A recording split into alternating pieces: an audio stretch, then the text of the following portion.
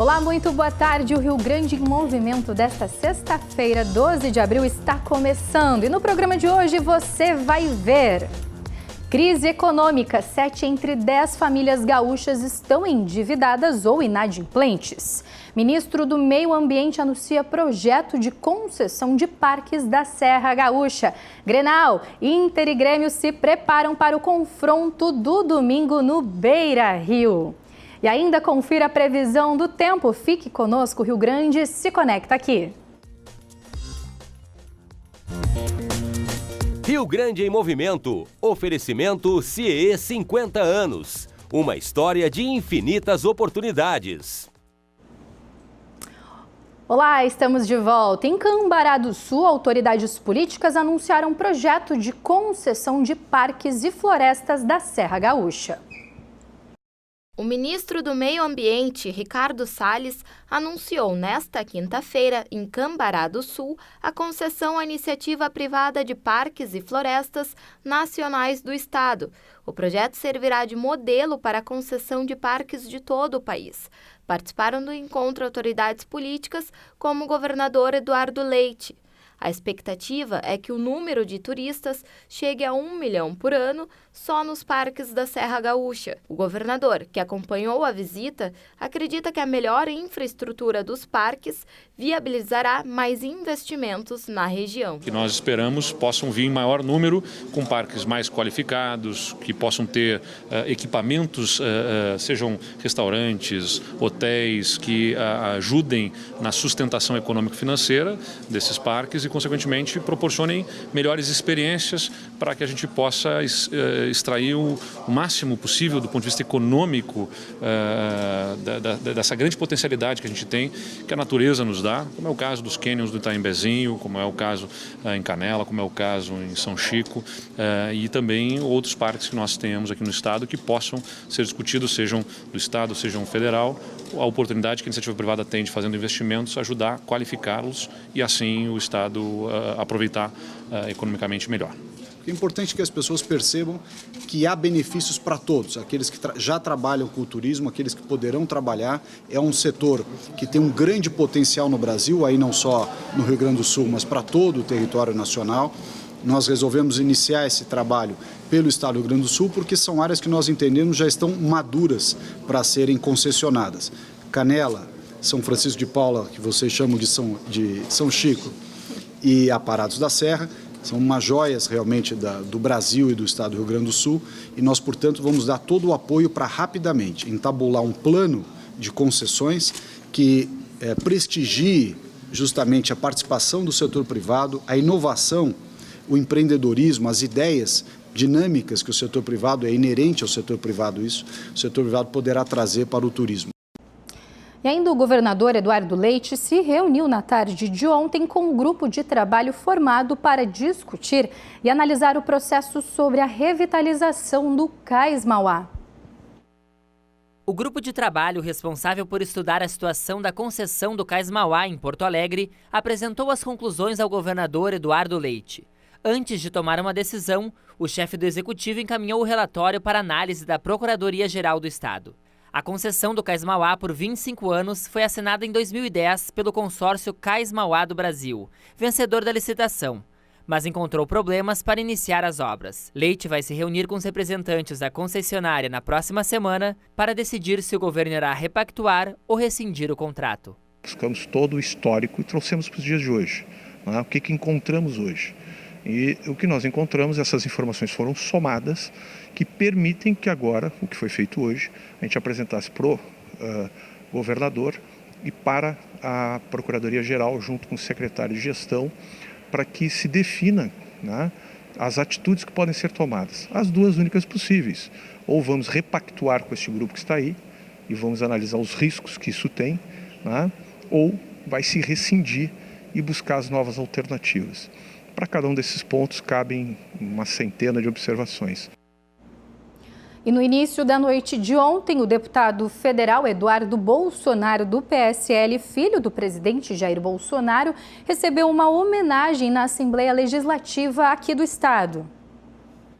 Eduardo Bolsonaro, eleito em seu segundo mandato com mais de 1.800.000 votos, recebeu a medalha de mérito Farroupilha do secretário de Desenvolvimento Econômico e Turismo, o deputado estadual licenciado Rui Irigaray, também do PSL. E também saber que ele era um grande representante das riquezas naturais do nosso estado. O Eduardo, ele está constantemente no estado do Rio Grande do Sul, divulga isso a nível nacional, sempre seus vídeos. Após a homenagem, o deputado federal falou sobre a crise financeira no estado e o parcelamento dos salários dos brigadianos. Mas é mais uma prova de como eu acredito no Rio Grande do Sul, eu acredito no potencial turístico e certamente vocês merecem muito mais do que a atual insegurança e parcelamento do salário dos brigadianos. Ainda comentou sobre a reforma da Previdência, tema que provoca discussão entre a base e a oposição no Congresso Nacional. Então a gente está preocupado em fazer o melhor para o povo. A gente quer copiar o exemplo chileno dos anos 80, que reduziu em mais de 50% a pobreza e colocou o Chile hoje num patamar único na América do Sul, que é a renda per capita acima de $25.000.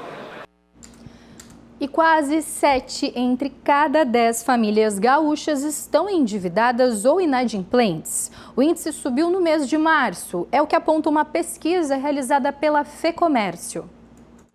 A pesquisa mostra que o número de gaúchos endividados subiu de 63,9% para 65,2%. Isso entre os meses de fevereiro e março. Nas ruas da capital, encontramos a dona Vera, que estava a caminho da lotérica para o pagamento das contas. Ela, por exemplo, está apertada por causa da fatura do cartão. Cartão de crédito. A gente sempre fica apertado com cartão de crédito. Hoje em dia, o Iglá está com as contas desafogadas, mas também já passou por alguns sufocos com as contas atrasadas. Passei no passado, hoje não. Ainda os dados da pesquisa FEComércio RS apontam que o percentual de famílias com dívida em atraso chegou a 16,5%. Mas agora fica a pergunta: o que fazer para reverter esse caixa negativo da renda familiar? Tem que fazer um diagnóstico da sua situação atual. Como é que se faz isso? Fazendo receitas e despesas detalhadas. Depois tem que fazer o quê? Mudar de hábitos. Eleger as prioridades em termos de gasto que ficam e tirar algumas coisas da nossa vida, nem que temporariamente, para depois voltar. É importante que o cidadão fique atento às diferenças entre estar endividado e inadimplente. Então, as pessoas são endividadas quando elas têm algum tipo de compromisso ligado ao consumo realizado no passado que elas têm que pagar no futuro. Isto é, uma parcela da renda está comprometida com o consumo que já foi realizado lá no passado. Já ser inadimplente é uma situação diferente. É você não ter condições de honrar as dívidas que você assumiu. O cartão de crédito assume o posto do primeiro lugar como causa do endividamento, com 83,9%. Em seguida, os carnês, 19,6%. Crédito pessoal, 10,1%. E financiamento de carro, 9,7%. A gente observou no ano de 2018 uma melhora do mercado de trabalho, a renda crescendo na margem, uma inflação mais estável e também uma taxa de juros mais baixa. Tudo isso contribui para que aumente o acesso ao crédito. O primeiro passo é conhecer quanto ganha e conhecer quanto gasta. Fazendo um diagnóstico certinho das receitas e das despesas, a gente consegue identificar direitinho onde estão indo ali, quais são os ralos do nosso dinheiro. Pois é, assunto, né, que envolve endividamento e inadimplência sempre dá o que falar e é sempre muito discutido aqui, né? Bom, a gente continua nesse tema de economia e agora a gente recebe aqui, né, no Rio Grande em Movimento, o Leonardo Neira, que é superintendente da FCDL. Muito boa tarde, Leonardo, seja bem-vindo. Vai falar pra gente a respeito do cadastro positivo, né, Leonardo? E desde já eu já quero que tu explique aqui pra gente, pro nosso telespectador que nos acompanha, o que é esse cadastro. Boa tarde. Bom, boa tarde, Manu.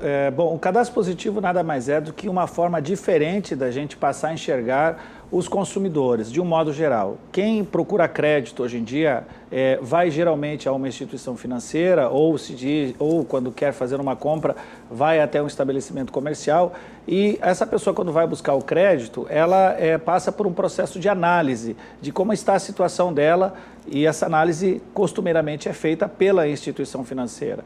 Até então, até a implementação do cadastro positivo, o que acontecia nas instituições financeiras é que as pessoas eram observadas sob o ponto de vista da inadimplência, ou seja, nós enxergávamos o consumidor brasileiro como alguém que tinha o risco ou estava propenso a se tornar inadimplente.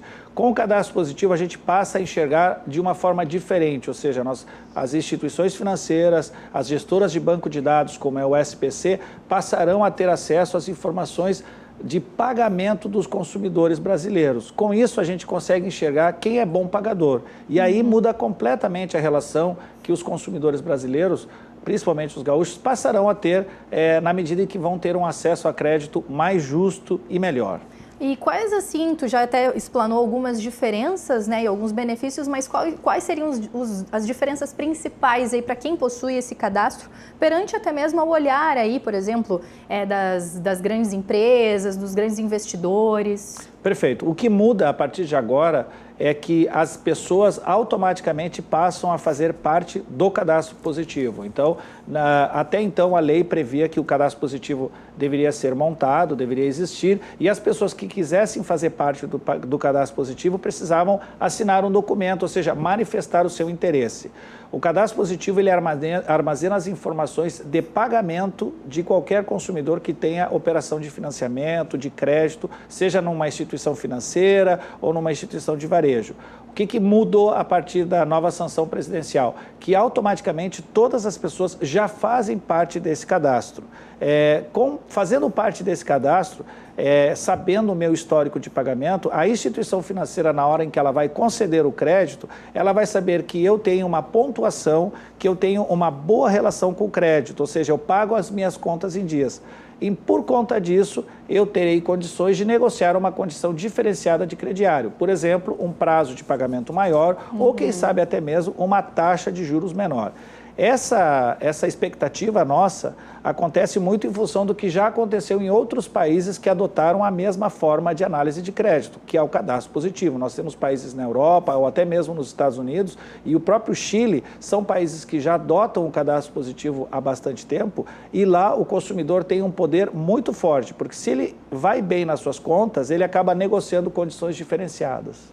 E quais os prejuízos e quais os ganhos para os consumidores aí, se a gente poder fazer uma análise geral e preliminar também, né? Porque é o que agora, a partir da lei, foi sancionado, então há uma expectativa também, né? Bom, a nossa expectativa, e eu acho que essa é a expectativa do Banco Central, é de que as instituições financeiras, a partir do momento em que elas têm o histórico de pagamentos positivos de um determinado consumidor, elas consigam oferecer condições melhores de financiamento a médio, curto ou longo prazo. Então, com isso, teoricamente, baseado nas práticas do que aconteceu em outros países, as taxas de juros ou spread bancário tende a diminuir, e aí a oferta de crédito aumenta. Então, essa é a vantagem, é o que se espera que aconteça a curto, médio prazo.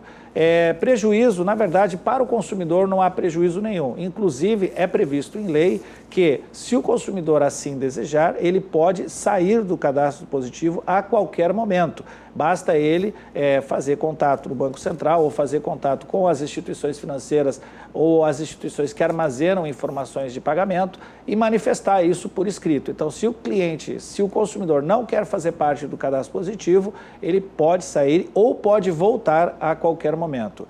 Algumas informações sensíveis, que já existe inclusive lei para isso, por exemplo, no cadastro positivo, na análise do consumidor, não são levadas em consideração, por exemplo, informações como classe social, cor, religião, enfim, essas informações são sensíveis e elas não entram na análise. O que entra é apenas o comportamento de pagamento do consumidor. E a partir de quando o consumidor já pode ver o nome no cadastro, ter acesso? Pelo que foi publicado no Diário Oficial, há um prazo de 6 meses para que o consumidor já tenha acesso a essas informações, ou lá no SPC ou outras instituições que oferecem esse tipo de serviço. Nós lá no SPC já estamos habilitados a isso, já estamos tendo estas informações sendo processadas pela nossa base de dados e elas estão disponíveis para qualquer consumidor. E a partir de quantos pontos é considerado um bom consumidor, assim? Isso depende. Por quê? Porque leva em consideração para essa pontuação não somente o histórico de pagamentos, mas, por exemplo, o histórico de pagamentos daquele grupo de pessoas de uma determinada região. Então, por exemplo, se eu moro em Porto Alegre, as pessoas que vivem em Porto Alegre têm um comportamento de pagamento diferente, provavelmente, do que uma pessoa que vive na Serra Gaúcha, por exemplo. Sim. Então, toda essa estatística, existem cálculos matemáticos que processam essas informações e essa pontuação tende a variar, sim, mas sempre em favor do consumidor. O importante é, primeiro, se o consumidor tem um histórico de bons pagamentos e, eventualmente, ele atrasa um pagamento, uma prestação, alguma coisa assim, o consumidor fica preocupado, olha, minha nota vai ficar prejudicada. Não, ela não fica prejudicada porque esta informação é pontual e recente. Então, é importante que o consumidor fique tranquilo e essa informação vai estar sempre à disposição dele a qualquer momento. E é muito interessante que é mais uma plataforma de modernização e também para trazer mais segurança, né, para o consumidor, não é mesmo, Eladio? Sim, para as instituições financeiras e para o varejo de um modo geral, uma das principais vantagens é que quem está concedendo crédito vai poder ter uma clareza muito maior de quem é a pessoa que está tomando crédito. Então, isso vai favorecer, vai dar mais segurança e as instituições vão se sentir mais tranquilas na hora de oferecer crédito com valores mais elevados, com condições de pagamento mais diferenciadas e com taxas menores. Então, eu acho que essa medida que o governo tomou, ela vai trazer muitos benefícios e o mercado estava precisando disso, de uma alternativa mais justa e equilibrada na hora de se conceder crédito. Leonardo, mais uma vez, muito obrigada pela sua participação. Com certeza tirou a dúvida de muita gente que está nos acompanhando ao vivo aqui pelos canais 24 e 524 da NET, pelas nossas redes sociais, Facebook, Instagram, Twitter e também pelo nosso portal oficial. Bom, agora a gente vai para um rápido intervalo e o Rio Grande em Movimento volta já já.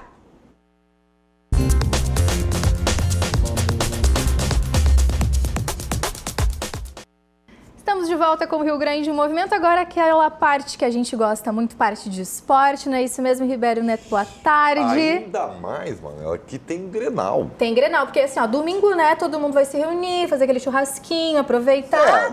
Hoje a carne tá tão cara que nem todo mundo faz isso, né? Nem todo mundo vai poder fazer, mas com certeza o jogo vai estar garantido. Não, o jogo tem e nem todo mundo vai ir, porque ou não é sócio, tá muito caro também. Vamos falar as verdades aqui, tá?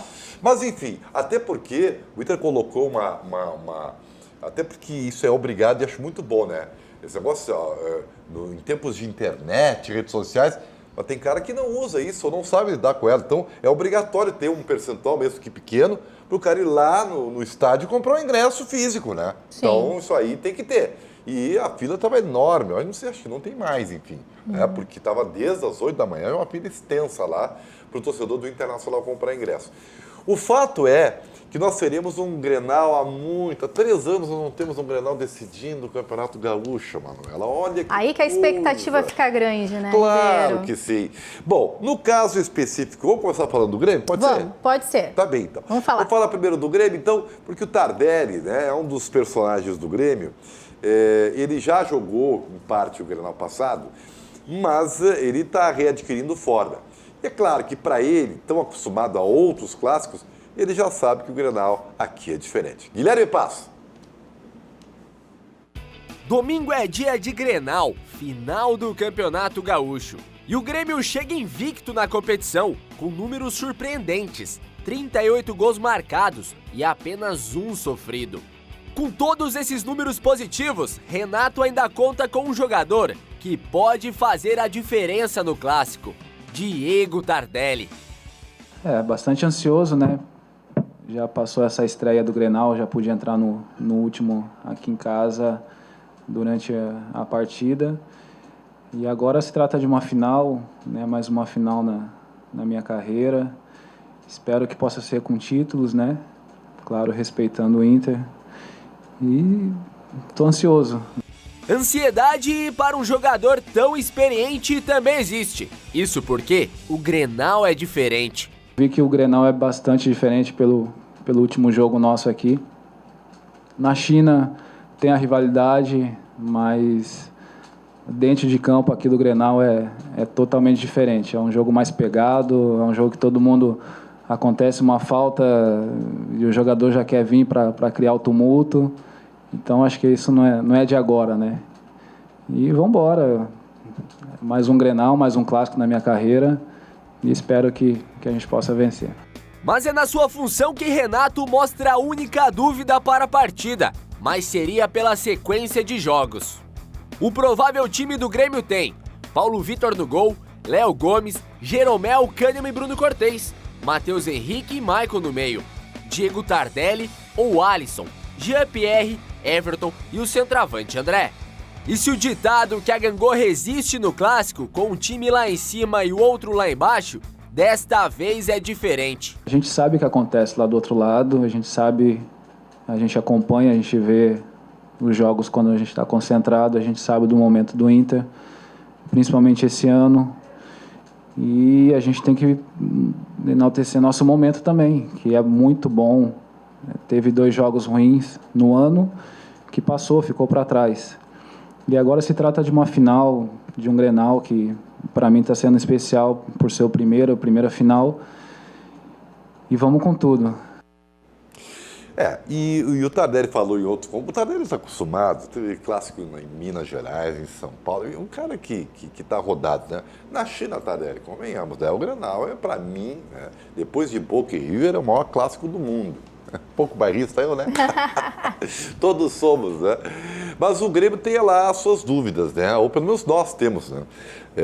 Porque eu estou com um feeling de que o Renato vai escalar o Michel para jogar ao lado do Matheus Henrique por 2 coisas. Primeiro que o Maicon, notadamente, está com problemas clínicos, né?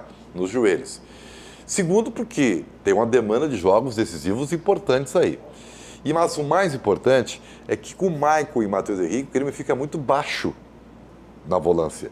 E isso interfere na bola aérea defensiva. Então, acho que o Renato muda nessa parte aí. Já o Internacional, sabe que todo mundo só fala do Paulo Guerreiro, né? Pois é. O Paulo Guerreiro para cá, o Paulo Guerreiro para lá e coisa e tal.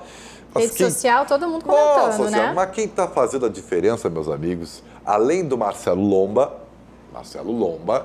é o uruguaio Nico Lopes. Pedro Oliveira, conta pra gente. Os holofotes estão em Paulo Guerreiro. Depois de 3 gols em 2 jogos, o peruano vive um grande momento com a camisa colorada. Mas existe outro grande jogador por trás disso, e é um uruguaio. Nico Lopes, que mesmo sem marcar contra o Palestino, deu 3 assistências na partida. Nico é o destaque do time na Libertadores. Contra o River Plate, marcou em uma oportunidade. Contra o Aliança Lima, foram 2 vezes. Ou seja, já são 3 assistências e 3 gols em 3 jogos.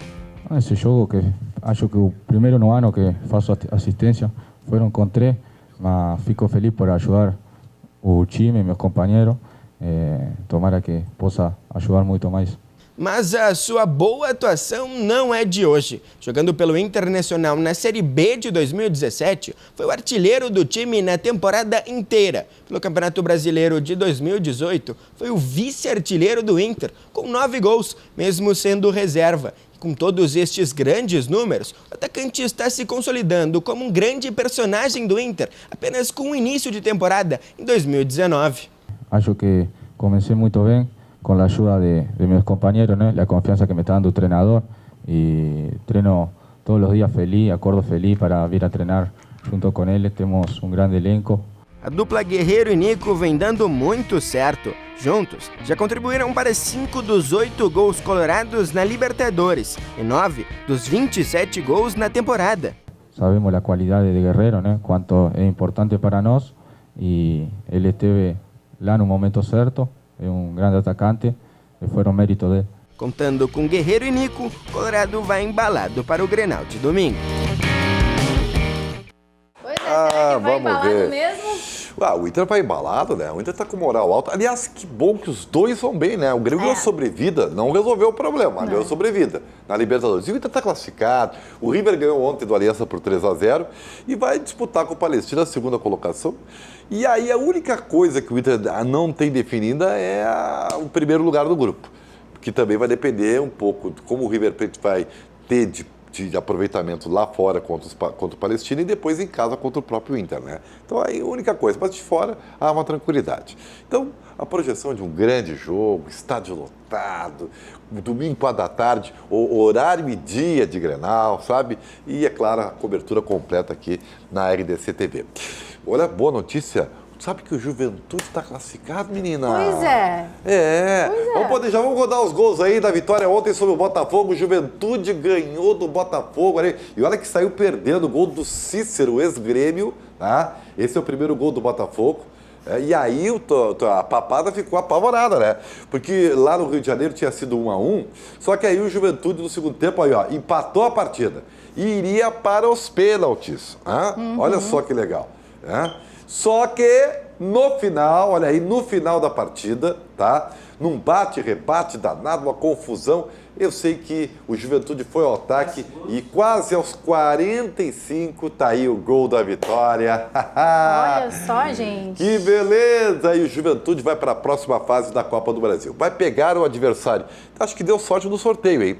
Pois é. Entre o vencedor do confronto entre Vila Nova de Goiás e Bragantino do Pará. Eu confesso que eu nem sabia que do Pará tinha um Bragantino também, só conheço do interior de São Paulo, né? Olha só. Então, tudo beleza. A única nota triste do jogo dessa noite passada lá em Caxias do Sul foi que quando o Botafogo estava aquecendo, o jogador Bochecha, Gustavo Bochecha, teve um episódio lamentável. Um torcedor do Juventude chamou o jogador do Botafogo de macaco. Quer dizer, não se pode mais tolerar esse tipo de situação. Ainda bem que a direção do Juventude foi rápida e ajudou a polícia a identificar o torcedor, que foi levado direto para o GCRIM e tem que responder judicialmente. Que absurdo isso. É um absurdo, não. Isso aí não cabe mais. Não cabe. Gente, não cabe mais. E só se aprende isso pagando. Pagando. Sentindo de alguma forma, né, no bolso. O cidadão tem que pagar por isso aí, entendeu? Então, ainda bem que o Juventude agiu rápido, né? Identificou. Isso aí nem é cidadão, né? Desculpe aos outros cidadãos. Esse cara não é cidadão. O cidadão é uma pessoa de caráter, né? E que respeita o próximo. Infelizmente, ainda a gente vê muito isso, né? Acontecendo, muito, né, Ribeiro? Tem muito, tá? Muito. Às vezes tá maquiado, tá escondido, mas tem muito ainda. Nós temos que combater. Eu tenho uma pergunta final depois, mas tem uma agora. Estratégias agora para o jogo de domingo, o que o pessoal aí pode esperar? Tem alguma coisa? A gente sabe que a equipe de esporte está acompanhando bastante, claro. Indo atrás aí, né, dos mistérios, dos treinadores. Assim, eu até esqueci de falar sobre o Inter, que o Inter tem um time encaminhado, né? Pois é. A única dúvida é o Dourado, porque o Dourado tem um probleminha no joelho direito, mas acho que conhecer o Dourado, ele vai querer fazer de tudo para ir para o jogo, né? É muito difícil falar de estratégia do Clássico, porque eu já cobri tantos Grenais. O Grenal é muito mais espelhado, vou usar uma expressão Gaudéria, tá? O Grenal é muito mais espelhado do que jogado. Ele é muito mais brigado do que jogado, né? Então as estratégias, às vezes, né, Manuela, elas ficam em segundo plano, porque é muita força, muita atitude, né? E é claro, né? Tem a técnica, tem a tática. Sei que o Inter vai se preocupar com a jogada do Everton, né, pelo lado esquerdo, porque o Zeca é um jogador que não tem tido um bom rendimento. Sei que o Grêmio está de olho nas investidas do Nico, nos chutes de média distância e ainda mais com a presença do Paulo Guerreiro no centro da área. Então, que ingredientes não faltam para um grande clássico? Com certeza. Agora eu quero fazer mais uma pergunta. O pessoal só me avisa quanto tempo falta para a gente ir para o break. Porque eu estou falando, se me deixar, eu vou até o programa.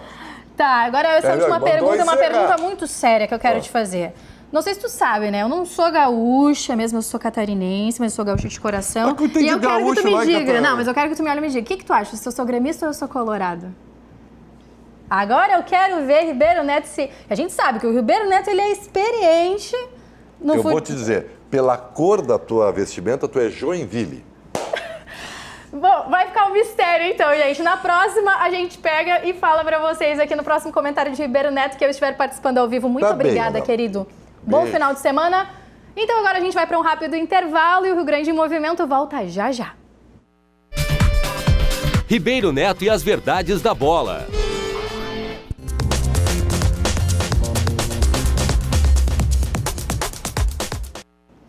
Estamos de volta com Rio Grande em Movimento e você nos assiste pelos canais 24 e 524 da NET, mas também pelo site rdctv.com.br, pelo Facebook, Twitter, RDC TV Digital. Também nos siga lá no Instagram, onde você confere diariamente as fotos dos nossos bastidores. Bom, e agora vamos saber como fica a previsão do tempo para esta sexta-feira a partir de agora. Em Alvorada, na região metropolitana de Porto Alegre, sol com muitas nuvens. Durante o dia, mas com chuva e períodos de nublado a qualquer hora. Mínima de 19, máxima de 27 graus. Em Bagé, na fronteira oeste do estado, sol com algumas nuvens, mas sem chuva. Mínima de 15, máxima de 25 graus. Em Caxias do Sul, na Serra Gaúcha, as temperaturas variam entre 16 e 21 graus. Sol com nuvens durante o dia e chuva a qualquer hora. Em Cruz Alta, no noroeste do estado, a chuva também não deve aparecer. Sol com algumas nuvens e temperatura variando entre 17 e 24 graus. Em Pelotas, no sul do estado, sol com nuvens durante o dia e chuva a qualquer hora do dia. Mínima de 13 e máxima de 25 graus. Bom, agora mudando de assunto, a gente fala aqui no Rio Grande em Movimento sobre direito familiar. E quem a gente traz aqui hoje é a advogada Cristina Giordani. Cris, muito boa tarde, seja bem-vinda aqui ao Rio Grande em Movimento. Muito obrigada, é sempre um prazer. Obrigada, Cris. E desde já vamos começar aí fazendo uma pergunta que ainda é de muito questionamento quando a gente fala especificamente sobre pensão alimentícia, que é o que a gente vai falar aqui também. É obrigatório o pagamento da pensão para menor de idade, até mesmo em casos em que o responsável ele está desempregado, enfim, passa por uma situação financeira mais precária. Como que funciona o posicionamento da justiça em relação a um cidadão neste caso? Olha só, sempre os alimentos, em caso de comprovada necessidade, sempre são devidos, tá? A questão é que, às vezes, em uma situação de desemprego, o juiz pode fixar um valor menor, né? Às vezes, em alguns momentos, em algum acordo, até fica estabelecido que o valor da pensão é X, mas que, em caso de desemprego, ele pode ser um valor reduzido. Tudo isso sempre é uma questão de prova, né? Mas, havendo essa possibilidade, sim, a justiça compreende essas circunstâncias, mas também precisa ser entendido que a questão dos alimentos é muito relevante. A criança precisa, ela tem uma manutenção diária, então a necessidade também é existente, né? Cris, a gente sabe que em muitos casos existe a questão de guarda compartilhada, enfim, depende muito do acordo entre os responsáveis, mas no caso quando há um agendamento aí para visitas, né, por parte de um dos responsáveis em relação a esse menor de idade. Quando não há o pagamento, por exemplo, isso pode restringir, limitar de alguma forma? Como que a justiça também vê esse tipo de caso? Nunca, né? O fato de alguém não estar adimplindo com a questão alimentar jamais pode interferir na questão das visitas. As visitas são importantes, elas são extremamente necessárias. O judiciário tem uma tendência sempre a, inclusive, estabelecer, né, prontamente. Então, sempre existe a necessidade da visitação, independente de estar havendo pagamento ou não. Até porque é super importante para o psicológico dessa criança, né? Exatamente. Então, assim, a ausência de um dos genitores, o que fará a visita, pode ser extremamente complexa para o futuro desenvolvimento dessa criança, com certeza. E quando há o questionamento também de quem deve ficar com essa criança, a gente sabe aí que, frente a várias situações, a mãe, né, ela tem muitos direitos, enfim, geralmente, na maioria dos casos, fica de responsabilidade com a mãe, mas hoje em dia, eu acho que cada vez mais há uma análise também paternal, né, de tudo isso. Como é que é a visão também do... Olha só, eu acho que isso já mudou bastante, né? Antigamente, provavelmente as mães teriam esta prioridade, vamos botar entre aspas, tá? Mas hoje em dia não é mais assim. O que a justiça sempre olha? O que é melhor para a criança? O foco é a criança, não os adultos, né? Falaste antes em guarda compartilhada, tá? Isso. Então, olha só, a guarda compartilhada é uma tendência, também entre aspas, mas existe um intuito da justiça de querer promover exatamente novamente, voltando até a questão aquela das visitas, para que os genitores participem ativamente da vida do filho, mas esta guarda compartilhada, em tese, ela deveria ser estabelecida em casos de casais que se entendem muito bem, que conseguem conversar a respeito das circunstâncias da vida do filho, né? Não havendo essa possibilidade, a guarda pode ser exclusiva, né?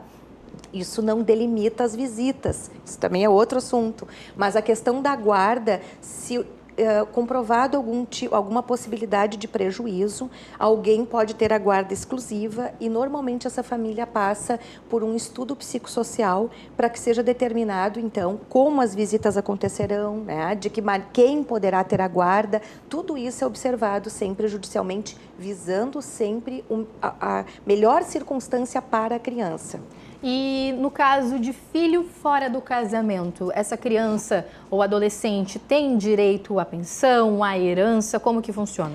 Não existe diferenciação entre filhos, né? Então, isso já não existe mais há muito tempo. Todos os filhos têm direito, sempre fazendo a comprovação da necessidade, da possibilidade, sempre terá o direito, independente de ser filho dentro ou fora do casamento, como se diz. Sim. Né? E existe um limite de idade, Cris, para que a pessoa receba, né, a pensão alimentícia? Olha, existe a previsão, sim, né, seria teoricamente até os 18 anos, mas hoje, normalmente, comprovada a necessidade por estar cursando universidade, sempre que se provar a necessidade, esse prazo pode ser estendido conforme essa necessidade. Então, por isso que, de novo, dentro da questão do direito de família, principalmente, os fatos são muito importantes, por isso que precisa assistência de um profissional para que exatamente possa fazer essa avaliação, né, e ajudar no sentido de fazer a prova para que essa pessoa continue recebendo essa assistência. Falamos sobre filho fora do casamento e agora vamos falar sobre filhos adotivos. Como que ficam as questões aí do direito? O filho adotado, ele tem direito também à pensão alimentícia, né? A justiça enxerga de uma forma universal, né? Como é que funciona? Disse, não tem diferença, né? Sendo filho, né, comprovada a paternidade, tem direito à assistência, tem direito a tudo, como qualquer outro filho. E como recorrer, por exemplo, né? O responsável ali que fica diretamente com a criança e não recebe o benefício, né? A mãe, por exemplo, não recebe em conta o benefício. Como recorrer preliminarmente, inicialmente? Tu queres dizer para fixação dos alimentos? Isso, exatamente. Então, busca um profissional da área que vai fazer um pedido, né? Vai fazer as comprovações das necessidades desta criança, vai encaminhar para a justiça e os alimentos serão fixados com toda a tranquilidade. E em caso de não pagamento, qual é a primeira forma de acionar?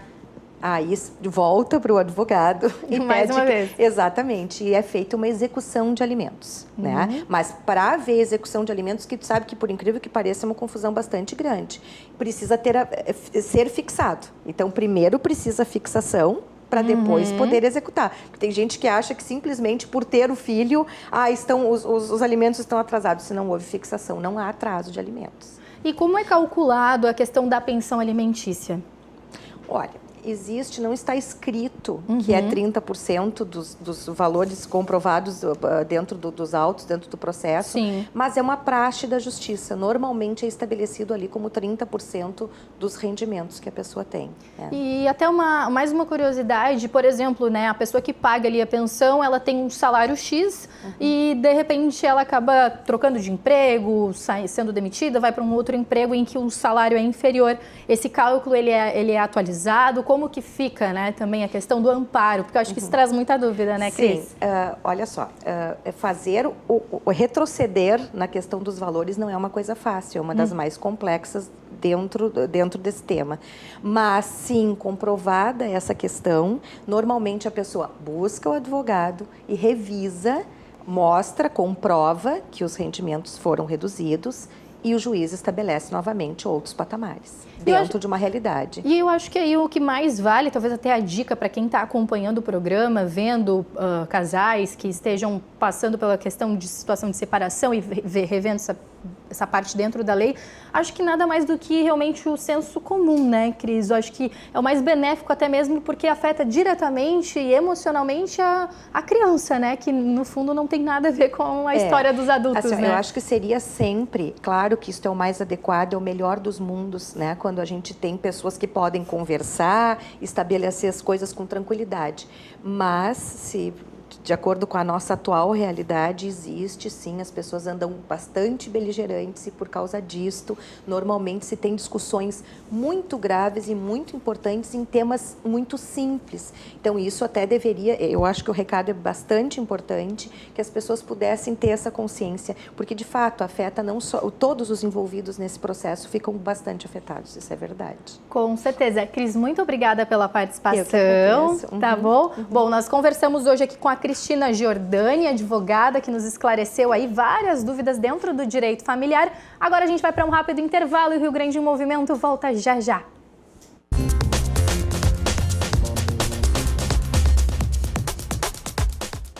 Estamos de volta com o Rio Grande em Movimento e o Hospital Cristo Redentor, na Zona Norte de Porto Alegre, anunciou hoje que o setor da UTI do local estará fechado até o próximo domingo para a limpeza do dutor de ar-condicionado. A Vigilância Sanitária também determinou limpezas periódicas para a circulação também de partículas no ar e também de micro-organismos, beneficiando usuários e trabalhadores da instituição. E a Páscoa ainda nem passou e os empresários já estão de olho no Natal. Ontem à tarde aconteceu o lançamento do Natal da cidade de Porto Alegre. Unir entidades, lideranças e o empresariado. É nesta frente que foi lançado o evento de Natal da capital, que tem como objetivo fomentar o comércio e a economia de Porto Alegre através da iniciativa. Que parem em Porto Alegre, que lotem nossos hotéis, restaurantes, comprem no nosso comércio e que tenham o espírito. As crianças têm que ser motivadas a ter o espírito natalino. O evento foi promovido na Associação Comercial de Porto Alegre, no centro histórico da capital. Bom, pois é, né, gente? Sextou e em clima de sextou, vamos falar agora de cultura, de arte, de teatro, porque sim, hoje nós vamos receber aqui o pessoal da peça teatral Sobre Nós. Olha só que bacana. E para falar pra gente sobre essa peça e o universo das temáticas que ela traz, estamos aqui com o Jax Machado, que é ator e produtor. Jax, vou até te cumprimentar. Bom dia. Seja muito bem-vindo. Bom dia. Bom dia, boa tarde. Bom dia, porque eu não almocei, tu já almoçou? Então, para nós ainda... no bom dia. Estamos no bom dia. Boa tarde daqui a pouco. E Jax, Sobre Nós. O que fala essa peça? Ela fala bastante sobre nós, como já diz o nome do espetáculo, né? Mas é um espetáculo baseado nos textos do escritor russo, o Anton Chekhov. Ela é resultado de um laboratório cênico, Léo Maciel, que é o nosso diretor. Ele faz um laboratório para atores e a construção desse espetáculo se deu ao longo desse laboratório.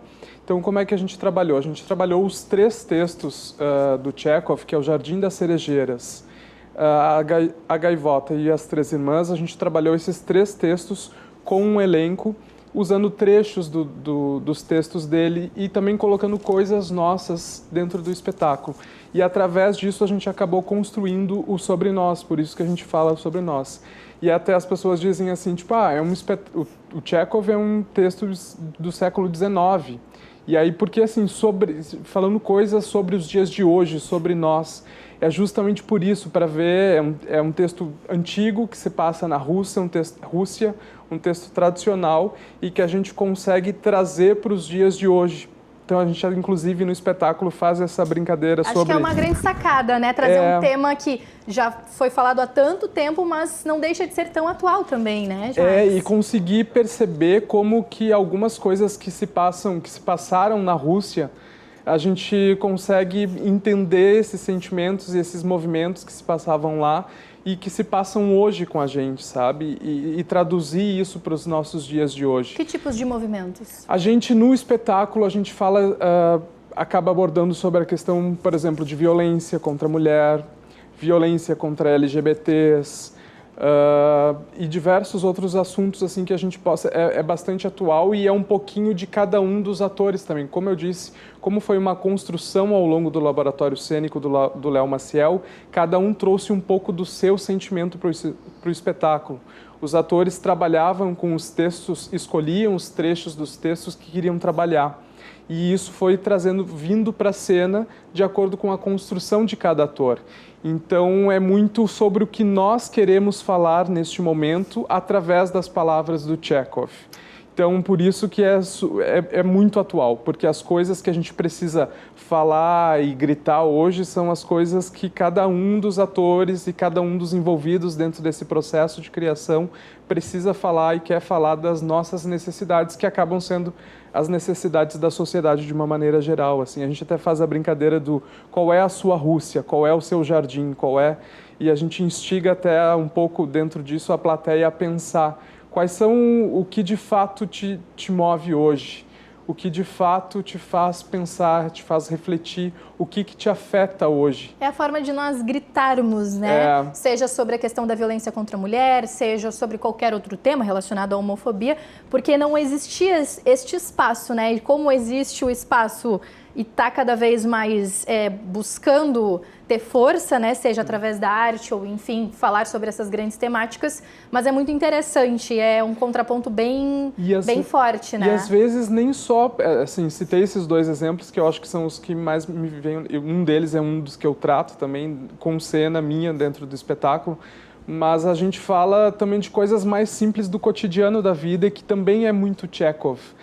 Os personagens do Chekhov vêm desse sentimento da vontade de fazer algo, da mudança para Moscou, por exemplo, que os personagens desejam no texto, de fazer alguma coisa, de mudar a sua vida para alguma coisa e nunca saem do lugar, acabam sempre no mesmo lugar. Sim. Então, assim, os outros personagens trazem essa ânsia de querer uma mudança, alguma coisa que a gente acaba trazendo também, que às vezes é do sentimento de cada um e não necessariamente de um tema específico como esses que a gente citou. Como esses que a gente comentou. Bom, agora a gente vai acompanhar um pouquinho da performance da Juliana e do Guilherme, que são atores da peça Sobre Nós, que inclusive até dia 28 de abril, é isso, Exato. Né? Então até dia 28 de abril, já reforço para vocês aonde que vai ser, tudo certinho, para fazer o convite final pro pessoal, mas a gente acompanha agora um pouquinho da performance dos atores da peça Sobre Nós.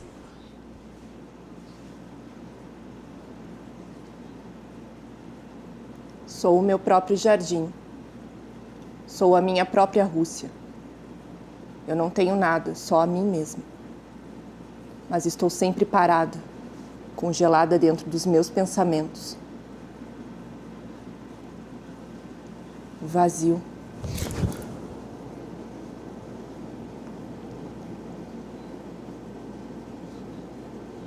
Vodka.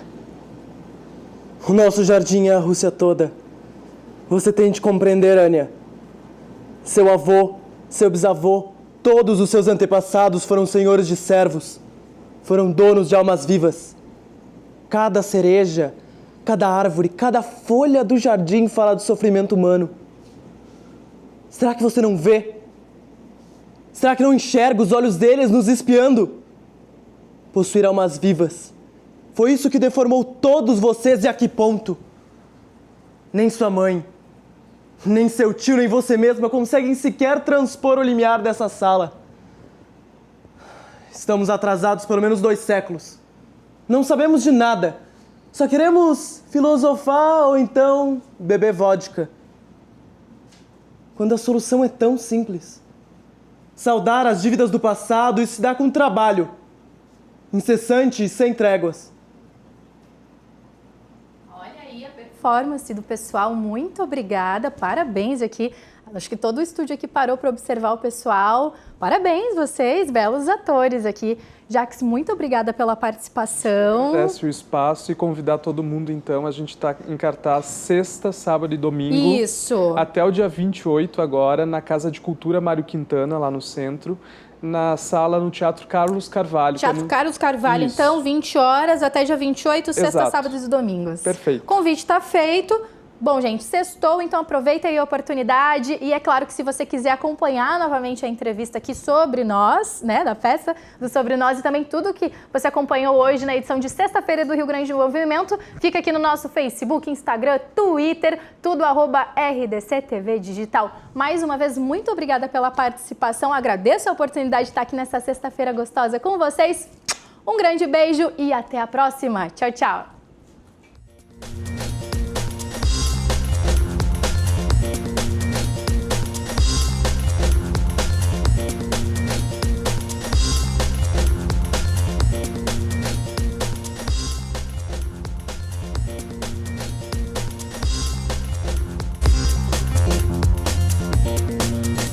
Rio Grande em Movimento. Oferecimento CIE 50 anos. Uma história de infinitas oportunidades.